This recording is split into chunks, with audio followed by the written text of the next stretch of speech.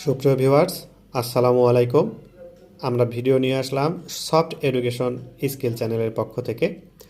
1971 সালে পাকিস্তানে আত্মসমর্পণের দলিল শিরোনামটি কী ছিল? শিরোনাম ছিল instrument of surrender. Instrument of surrender. প্রাচীন সভ্যতার নির্দেশে কোন জনপদ সমৃদ্ধ ছিল? মহাস্থানগড় জনপদ সমৃদ্ধ ছিল। শহীদ আবু সাইদ বেগম রোকেয়া বিশ্ববিদ্যালয়ের কোন বিভাগের শিক্ষার্থী ছিলেন? অবশ্যই ইংরেজি বিভাগের শিক্ষার্থী ছিলেন।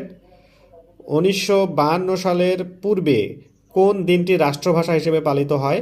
এটা হচ্ছে 11 মার্চ। অর্থাৎ 1952 সালের পূর্বেও আমাদের একটা ভাষা দিবস ছিল। ফরাসি পর্যটক ফ্রাঁসোয়া বার্নিয়ে ভারতের কোন শাসনামলে এসেছিলেন? এটা হচ্ছে মুঘল শাসনামলে উনি ভারতে এসেছিলেন।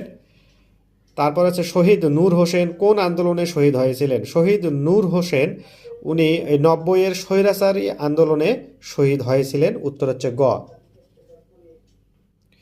সরকারি গেজেট অনুযায়ী 24 সালের জুলাই অভ্যুত্থানে কতজন শহীদ হয়েছিলেন? কতজন নারী শহীদ হয়েছিলেন? 10 জন নারী শহীদ হয়েছিলেন।